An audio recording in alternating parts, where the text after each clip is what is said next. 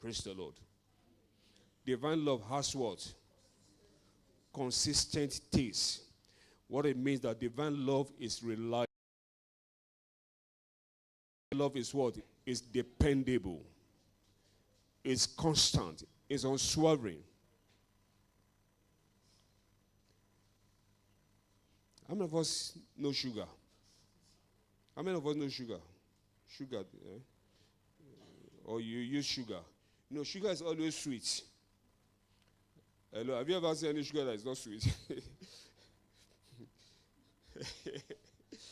Have you ever seen any sugar that is not sweet? When it says something is sugar, it's connotes sweetness.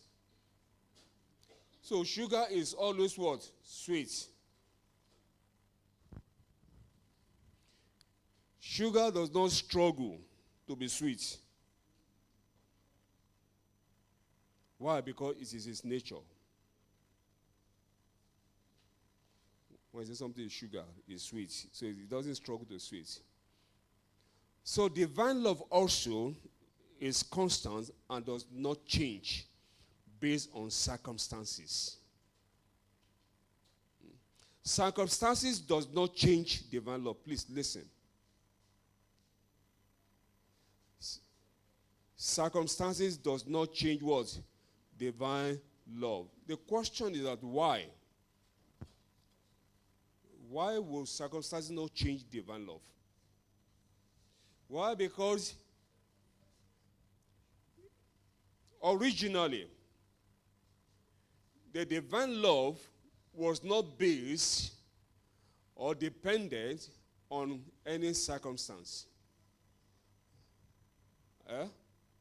It's not based or dependent on any circumstance. Hence, no circumstances can change divine love.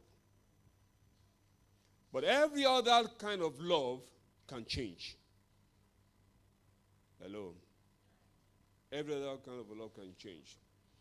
Any love that is dependent on beauty can change when the beauty is there no more. I love this girl. Why do you love her? Because she's so beautiful. What if the beauty disappears? That will be the end of the love. Because if your main reason of loving the girl or the man is because he is beautiful or handsome, respectively. So the day the beauty disappears or the handsomeness disappears, the love also vanishes. I love this man so much because he's so rich. It does happen. The day the riches will disappear, what happened? Love change. The law. The law. I love this lady because she cooks so good. She cooks fine. Do you know what I'm about? I'll just take you something. Maybe a young man goes to a lady's house, maybe a girl's house, and he just like the girl. Why? Because the girl gives him some good food to eat. Anytime you come, good food is always available to eat. And because of that, you say you want to marry her, that you love him, you want to marry her. Lo and behold, do you know that people order for food now? You don't know that it's your ordered food. She's giving you anytime you come. This is she would have prepared it. People order for food now. She just keep ofe sala, ofe ogbonubo, ofe everything. You just keep inside your face. Say, man, this girl can cook. They are all ordered food. Dispatch rider brought the food. But when the food is no longer sweet, you say you don't want to marry again. Please don't let your love be conditional. I'm talking to our younger ones. Some say, I love this girl because she's so slim. My wife was slim before. Don't say I said to you. Even Reverend Moyi was slim before. I saw a picture before now. I'm sure Mommy Arua was slim before too. So I love this girl. I want to marry her because she has a very slim stature. Let her born one. Let her born two. Then you see the true size. Then you now say you don't like her again, have you? So don't let your love be conditional. Don't let it be conditional. Bible says, for God so loved the world, he gave. But even while we were yet sinners, he died for us. So his love for us was not conditional. So don't let your love be conditional. I'm going to round up now. We must allow divine love to thrive. When we allow the divine love to thrive, one, it helps us to overcome division and disharmony. Are you listening? When divine love thrives, either in the family, either in the church, either in our place of work, either in our community, it helps to overcome division. It helps to overcome disharmony, that is conflicts and disagreements. Often than not, conflict and disagreement happens. Why? Because there's no divine love. Because if there's divine love, there are some things that you overlook. I've told you this several times. I have a very good friend of mine when we were still youth. Deron Agbe precisely. I said that there was a day we had a vigil in his house. Then after the vigil, we were still used then. We just sat there, we were just talking. Then I asked a question. He said, Philip, have I ever offended you before? That was the question I asked. Have I ever offended you before? And I begin to think, to try to remember when Deron offended me. I couldn't pick anything. Then I asked him to, Deron, have I ever offended you before too? Into now think. He said he can't really. He said he can't really pick anyone. And we now come to a conclusion, not that we don't offend each other, but because of the love that reigns, we don't see offenses.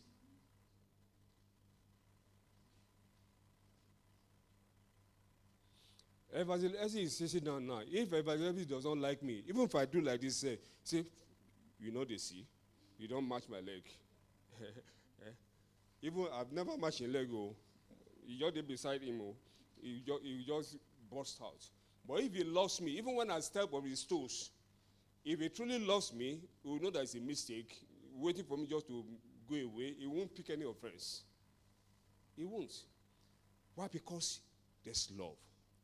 So love will help us to overcome division. It will help us to overcome disagreement, conflicts.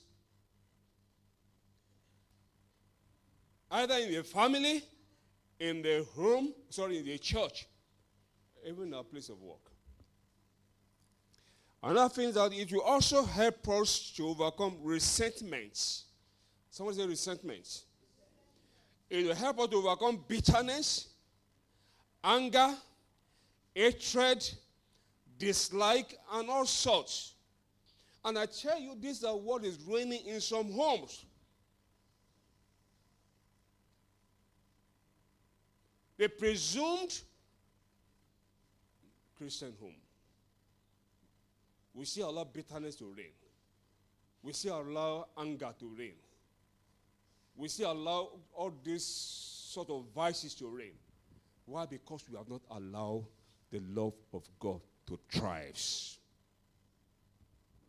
But when we allow the love of God to thrive, it will help to overcome all these things. And also, not just to overcome alone, divine love will also help us to instill or to impart Christ-like forbearance. We have patience, we have self-control, we have tolerance, we can forgive. These are the things that divine love can help us to do. It is obvious that nations will thrive when there's divine love. Hello? The problem we have in this country is just the problem that we don't love ourselves. The love of God does not reign. That's just the problem. If we allow the love of God to reign in Nigeria, the nation will thrive. Bible says when the righteous ruleth, the people rejoices. And when the righteous rules, that means love of God thrives. Then the people rejoice. Families will thrive when we allow the love of God to reign. There are so many families that are just managing themselves. What did I say? They are just managing. They've turned themselves to conflict managers. Not that there won't be disagreements.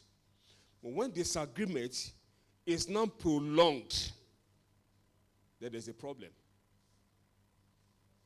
Are you listening? Not that there won't be disagreement, but when the disagreement is not prolonged, you see husband and wife for months. They say they've not talked to each other. You see husband and wife for colleagues in the office for months. They've not talked together.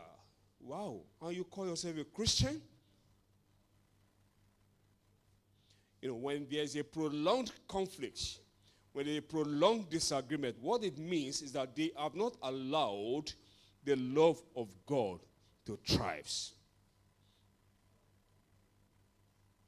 Because if they have allowed the love of God to thrive, then there won't be prolonged conflicts.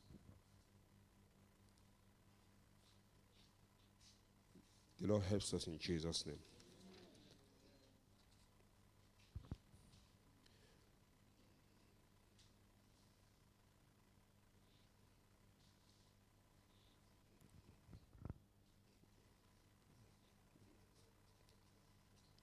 Okay, my time is up.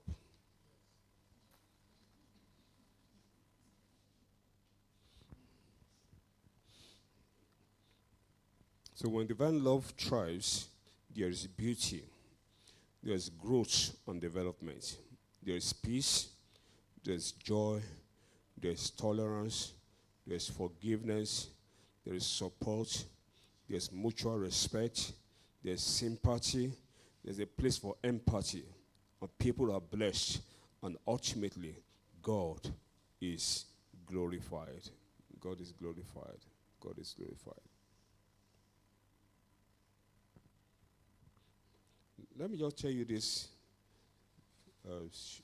short story. It's not a story, but per se, as I live.